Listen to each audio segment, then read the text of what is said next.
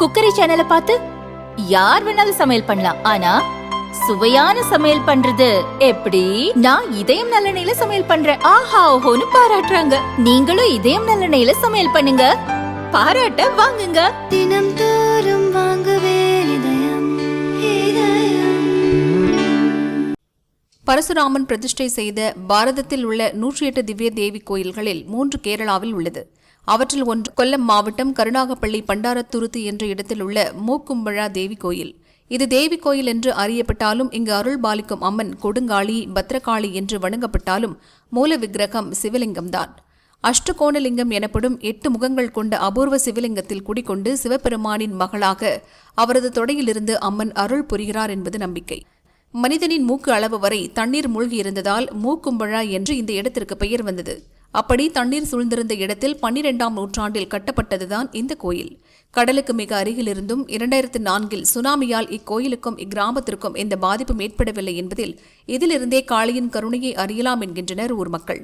மதுரையை எரித்த பிறகு ஆலப்பாடி என்ற இந்த பிரதேசத்திற்கு கண்ணகி வந்து தங்கியிருந்ததாகவும் பின்னர் கொடுங்கல்லூர் நோக்கி புறப்பட்டதாகவும் அவரோடு வந்தவர்கள் வழி வழியாய் இங்கு வாழ்ந்து வருவதாகவும் சொல்லப்படுகிறது. அவர்களே கோயில் கட்டியதாகவும் கருதப்படுகிறது. இக்கோயிலில் கண்ணகி கோவலன் கதையை பாடலாக கூறும் தோற்றம் பாட்டு பாடப்படுவதே இதற்கு சான்று.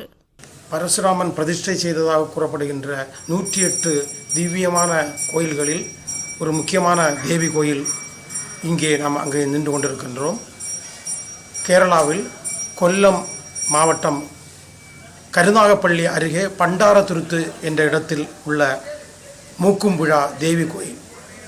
இந்த கோயிலில் தேவி சிவசக்தி சொரூபிணியாய் சிவலிங்கத்தின் மேல் தேவி இருப்பதாகத்தான் ஐதீகம்.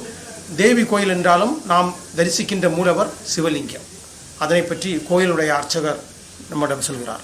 ഈ ദേവീക്ഷേത്രത്തിലെ പ്രതിഷ്ഠ ശരിക്കും രൂപത്തിലുള്ളതല്ല, ഒരു ശിവലിംഗ രൂപത്തിലാണ്. നമ്മൾ സാധാരണക്കാരെ നോക്കിക്കഴിഞ്ഞാൽ ഒരു ശിവലിംഗ രൂപത്തിലാണ് ദേവിയുടെ പ്രതിഷ്ഠ. പക്ഷേ ഇത് 8 കോണോട് കൂടിയിട്ടുള്ളതാണ്. ഈ 8 കോണുകളും അഷ്ടൈശ്വര്യങ്ങളെ പ്രദാനം ചെയ്യുന്നു. അഷ്ടൈശ്വര്യ പ്രദായനിയായി ഇവിടെ കുടികൊള്ളുന്ന അമ്മ എല്ലാ ഭക്തജനങ്ങൾക്കും അനുഗ്രഹ ആശംസകളിലൂടെ അഷ്ടൈശ്വര്യങ്ങൾ പ്രദാനം ചെയ്ത് കുടികൊള്ളുന്നു. ശംഭുസ്താം എന്ന് തുടങ്ങുന്നതാണ് ഇവിടുത്തെ ധ്യാന ശ്ലോകം. മഹാദേവൻ്റെ മടിയിൽ ഇരുന്ന് ഭദ്രകാളി ഇരിക്കുന്നതായിട്ടാണ് ഇവിടുത്തെ സ്വരൂപം.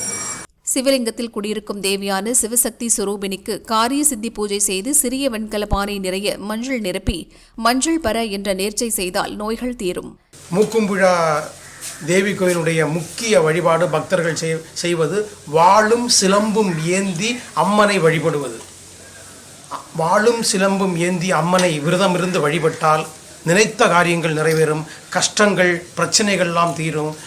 வீடு கட்ட வேண்டும் என்று நினைத்தால் அது நடக்கும். எல்லா ஐஸ்வர்யங்களும் எல்லா நன்மையும் எல்லா வளமும் தருகின்ற கோயிலாக மூக்கும்புழா தேவி கோயில் அம்மன் உள்ளார். அங்கு நடக்கின்ற வாளும் சிலம்பும் என்ற வழிபாடு முறை பற்றி கோயில் கமிட்டியினுடைய தலைவர் கூறுகிறார். നമസ്തേ. ശ്രീ മൂക്കുമ്പുഴ ദേവീക്ഷേത്രത്തിലെ പ്രധാന വഴിപാടാണ് വാളും ചിലമ്പും അമ്മയ്ക്ക് സമർപ്പിക്കുക എന്നുള്ളത്. ഇതിൻ്റെ ഉദ്ദേശശുദ്ധി എന്ന് പറയുന്നത് തന്നെ ഈ നാട്ടിൽ ഈ ക്ഷേത്രത്തിൽ വരുന്ന ഭക്തജനങ്ങൾക്ക് എന്തെല്ലാം കഷ്ടപ്പാടുകളുണ്ടെങ്കിലും ശരി ഇത് സമർപ്പിച്ച് ദേവിയുടെ കോവിലിന് ചുറ്റും ഒരു പ്രാവശ്യം വലം വെച്ച് അതിൽ പുറത്തേക്കിറങ്ങി 6 പ്രാവശ്യം വലം വെച്ച് ഇത് സമർപ്പിച്ച് കഴിഞ്ഞാൽ നമ്മുടെ രോഗശാന്തിക്കും അതോടൊപ്പം തന്നെ നമ്മുടെ എല്ലാ കഷ്ടപ്പാടുകൾക്കും ദുരിത നിവാരണം ഉണ്ടാകും എന്നുള്ളതാണ് ഇതിൻ്റെ സങ്കല്പം. விரதமிருந்து கையில் வாளும் சிலம்பும் வைத்துக்கொண்டு கோயிலை 7 முறை வலம் வந்தால் தோஷங்கள் விலகும்.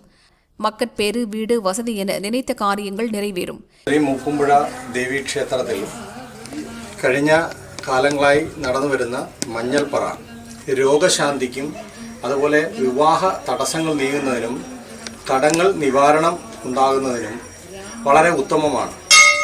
ദേവിയുടെ അനുഗ്രഹത്താൽ ഇവിടെ വന്ന് മഞ്ഞൾപ്പറയിട്ട് പ്രാർത്ഥിച്ച് ഉത്തിഷ്ട കാര്യസിദ്ധിക്കായിട്ട് പൂജയെടുത്ത് ഇവിടെ വന്ന് മഞ്ഞൾ പറയിട്ട് പ്രാർത്ഥിച്ചെന്നാൽ വളരെ ഐശ്വര്യപ്രദമായ രീതിയിൽ ഭഗവതിയുടെ അനുഗ്രഹം ഉണ്ടാകും.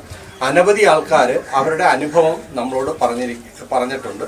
അത് ദേവിയുടെ തിരുനടയിൽ, അതായത് മൂലസ്ഥാനത്ത് വിളക്ക് വെച്ച് അതിന് മുന്നിൽ പറ വെച്ച് മഞ്ഞൾ വാരി നിറച്ച് സമർപ്പിക്കുന്നതാണ് മഞ്ഞൾ പറ.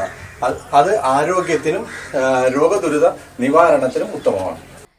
இக்கோயிலில் ஆண்டு தைபரணி திருவிழா ஜனவரி 27 முதல் பிப்ரவரி 5ஆம் தேதி வரை வெகு விமர்சையாக நடைபெறும். அதிகாலை 5 முதல் பகல் 12 மணி வரை, மாலை 5 முதல் இரவு 8 மணி வரை.